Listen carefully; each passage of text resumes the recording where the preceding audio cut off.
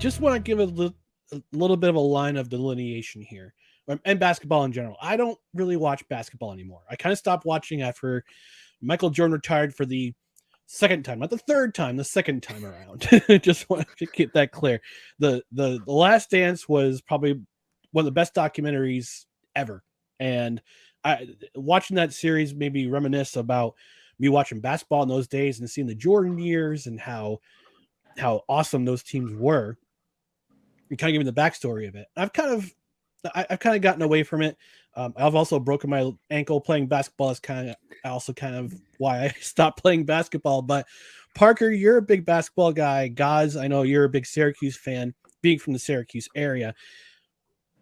What's it going to take for me to get back into basketball? Because whenever I sit down and watch basketball, whether I'm at my local watering hole or just kind of pass by on TV, it's like a glorified YMCA game. Everybody's calling their own fouls and nobody's playing defense. So Parker, I'm going to start with you because I know you're a big basketball fan. You cover the Houston Rockets for BellyUpSports.com. What do you think I need to do to kind of get back into that feeling of wanting to watch basketball again? Well, I don't know if it fixes the defense across the league or call their own fouls aspect or whatnot, what have you. Go watch John Morant play basketball. like he is crazy exciting. He's jumping over the top of everyone, taking no prisoners. Memphis is a small market team. It's as small a market as there is in the NBA, really. And it's not a super team. It's a bunch of guys they drafted the last 4 or 5 years. They made some trades along the way. That's another thing about the NBA too, is that I'm not a big fan of the super teams. I don't like them killing their future just to win now. I mean, I get it, but also Memphis is really not that group. And they don't have a bunch of big star acquisitions they pulled in through free agency or trades. It's the John Morant show, and they've got some gritty guys around him. Desmond Bane and Jaren Jackson Jr. are a lot of fun too. But just watching this, acrobat with braids flying everywhere, going through the air, John Morant's a lot of fun. The other team I would point out for a guy like yourself that's maybe trying to look for more of a 90s vibe of basketball or team that doesn't feel super team-ish would be obviously Milwaukee and Phoenix from last year's NBA Finals. Phoenix did go get Chris Paul, and so I guess that that would be a fair criticism on like the non-super team thing. I'm a big CP. Even though I don't watch basketball, I do like CP3. He's a good guy. I feel like he's a guy to watch. He's got some old on his offense side of his game. He's got some old schoolness in there. He likes the mid-range jump shot. He's a big assist first guy. Devin Booker is a bunch of fun to two guard. They other than Chris Paul have a very drafted uproots kind of team. Obviously, the Milwaukee story. Go read the book by Marin Fader about Giannis and his upbringing and those kind of things. But that's a hard story not to root for. You're a New Yorker. I want to sell you in the Knicks, but they're not quite having the year I thought they were. No, because Jimmy Dolan, and I'll get into that after I ask guys. I will say that the last year was certainly fun for the Knicks. I'm not going to try and sell you the Nets because if you don't like modern basketball, I imagine you don't like the idea of a super team in Brooklyn. Although maybe watching them lose lately feels more fun. But the Memphis, Milwaukee, Phoenix, the small markets are kind of running things right now. You could even go to Utah. You could even go to Denver with it. Those are teams I'd really point to as a fun bunch of watches. All right, guys, over to you. Same question.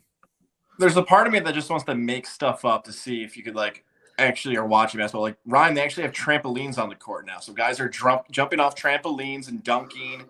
I've seen that. I've seen that once, and I saw a guy's leg break after that. Was that series on Spike TV or something like that? Well, jump ball or round ball or something. Yeah.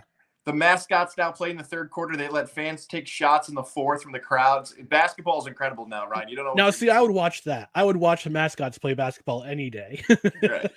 A little bit off of Parker's answer, more generic, more cliche of it's the greatest three-point shooters in the history of the sport are now playing in the NBA because of the evolution of Steph Curry, what he's done to the sport, and the greatest athletes ever in the history of the sport are playing.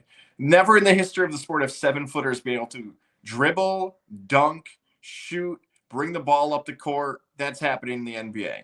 Same on shooters. Everybody on the court can shoot three-pointers.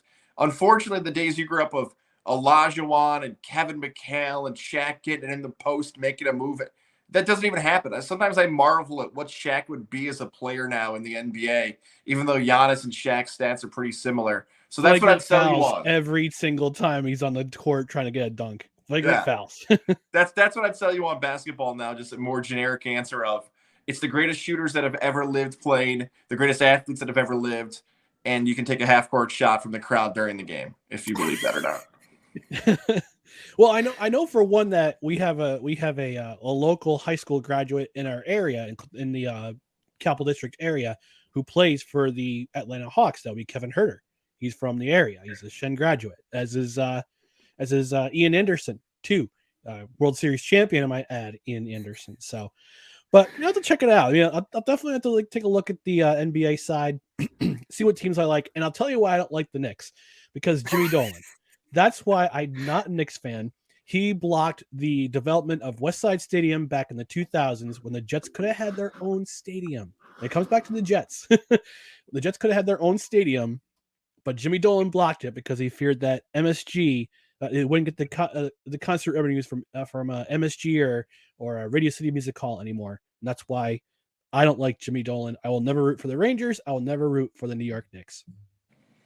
There you have it. So that makes you're an Islanders guy. Obviously, Brooklyn moved to New York fairly recent. No, no, I'm a New Jersey Devils. I'm a New Jersey Devils guy. You just left the city entirely. What I was going to ask is that the Brooklyn Nets obviously joined after you had sworn off of basketball. Well, folks like yourself, were there any other New York team people jumped to? Any other Northeast? Anything? Well, funny thing is that actually I was a New Jersey Nets fan. Like when I was watching basketball too. Drazen Petrovic, may he rest in peace, was one of my favorite players to watch. He was so fun to watch, and unfortunately, he left us too soon. In the Northeast, I would say probably Boston, the Celtics, but I don't root for Boston teams. I have principle.